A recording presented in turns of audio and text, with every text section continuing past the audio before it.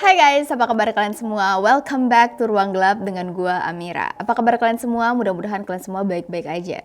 Hari ini gua akan membawakan kasus yang berbeda tentang hilangnya seorang remaja dari rumahnya sendiri secara misterius. Pada 20 April 2015,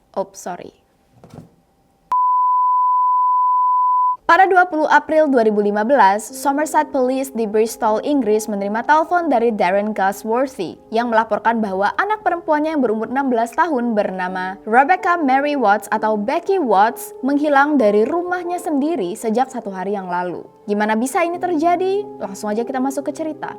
Welcome to Ruang Gelap. Siapa itu Becky Watts? Becky Watts adalah remaja perempuan berumur 16 tahun yang pemalu. Dulu waktu berumur 13 tahun dia sempat dibully karena berat badannya hingga dia mengalami anoreksia dan depresi sehingga dia sempat keluar dari sekolah. Waktu berumur 13 tahun, Becky dibully karena berat badannya sehingga dia mengalami anoreksia dan depresi dan sempat keluar dari sekolah. Tapi meskipun begitu, Becky tumbuh menjadi anak yang periang dan sangat dekat dengan keluarganya. Semenjak kedua orang tuanya bercerai, Becky ikut tinggal dengan ayah kandungnya Darren Galsworthy bersama pacar baru ayahnya atau istri baru ayahnya yang bernama Angie, yang berarti merupakan ibu tirinya. Nah, Angie adalah orang terakhir yang melihat Becky sebelum Becky menghilang. Pada tanggal 19 Februari 2015, Angie sempat bertemu dengan Becky yang baru saja pulang dari rumah temannya sekitar jam 11 pagi. Angie sempat mengobrol sebentar dengan Becky sampai akhirnya Angie harus pergi ke rumah sakit meninggalkan Becky sendirian di rumah. Dan waktu Angie pulang, Becky sudah hilang secara misterius. Anehnya, tidak ada pakaian Becky yang hilang hanya ponsel, laptop, dan tablet. Darren dan Angie memutuskan untuk tidak melaporkan hilangnya Becky ke polisi karena mereka pikir mungkin Becky pergi ke suatu tempat dan lupa ngomong. Tapi setelah besok harinya dan Becky masih belum pulang juga, maka akhirnya mereka berdua sepakat untuk melaporkan hilangnya Becky ke kantor polisi. Karena ternyata nggak seorang pun berhasil menghubungi Becky, yang berarti Becky pergi kemana?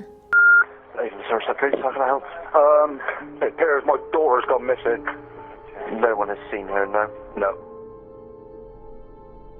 Waktu polisi mendapatkan laporan ini, mereka langsung melakukan investigasi. Tentu saja, mereka melakukan interview dengan orang terdekat korban terlebih dahulu, yaitu keluarga Becky sendiri. Nah, dari interogasi ini ditemukan kenyataan bahwa sebenarnya Angie tidak meninggalkan Becky di dalam rumah sendirian. Waktu Angie pergi ke rumah sakit, sebenarnya di dalam rumah ada Nathan Matthews dan juga Shannon Horse. Namanya emang Horse. Siapa itu Nathan Matthews dan Shannon Horse? Nathan Matthews adalah anak kandung dari Angie, yang berarti kakak tiri dari Becky. Dia merupakan pria berumur 28 tahun yang sejak kecil mengalami penyakit fibromyalgia, yaitu penyakit di mana seluruh tubuhnya merasakan nyeri yang membuat dia susah untuk tidur dan selalu merasa lelah. Nah, akibat mengidap penyakit ini, Nathan mengalami depresi. Dia mengalami kesulitan dalam bekerja dan saat itu bekerja sebagai pengantar makanan delivery. Sekarang kita bahas siapa itu Shannon Horse. Shannon adalah remaja berumur 14 tahun yang sebenarnya bekerja sebagai pengasuh Angie. Entah gimana mereka bisa pacaran. Dan kalau kalian sadar, umur Nathan itu 28 tahun, umur Shannon 14 tahun. Mencium bau pedofilia. Tentu aja hubungan ini sebenarnya aneh. Nah guys, sebenarnya Nathan dan Shannon tinggal bersama di rumah yang berbeda. Tapi nggak tahu kenapa tepat di hari hilangnya Becky, Nathan dan Shannon ada di rumah Becky, di rumah Darren dan Angie. Waktu polisi menginterogasi Nathan dan Shannon, seolah-olah mereka berdua ini sudah menghafalkan jawaban. Kayak mereka tuh udah bikin contekan dan ngafalin contekan itu. Menurut dua-duanya, mereka nggak melihat Shannon sama sekali. Mereka cuma mendengar suara pintu yang ditutup, yang menandakan menurut mereka Becky pergi keluar, tapi mereka nggak tahu kemana dan dengan siapa. Yang membuat polisi ngerasa aneh, itu adalah tingkah mereka berdua yang seolah mereka nggak peduli Becky hilang.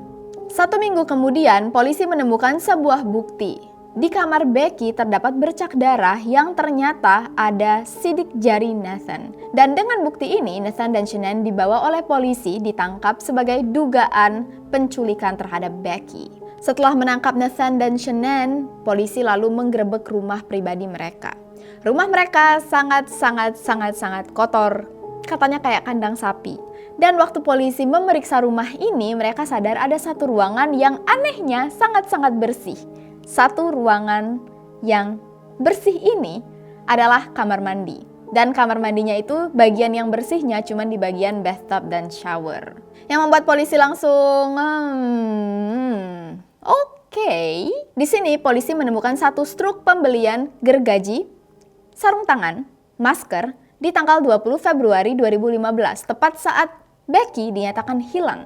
Dan dengan bukti ini, polisi langsung mendesak mereka untuk buka mulut. Apa yang sebenarnya terjadi dengan Becky, apakah Becky masih hidup, dan apa yang mereka lakukan pada Becky. Nathan akhirnya mengaku bahwa dia sebenarnya berniat untuk menculik Becky. Tapi secara tidak sengaja, dia membunuh Becky. Alasan kenapa Nathan mau menculik Becky menurut dia adalah karena Becky anak yang kurang ajar. Dia nggak suka dengan cara Becky memperlakukan kedua orang tuanya. Makanya Nathan mencoba untuk memberikan Becky pelajaran dengan menculik Becky. Tapi secara tidak sengaja malah membunuh Becky.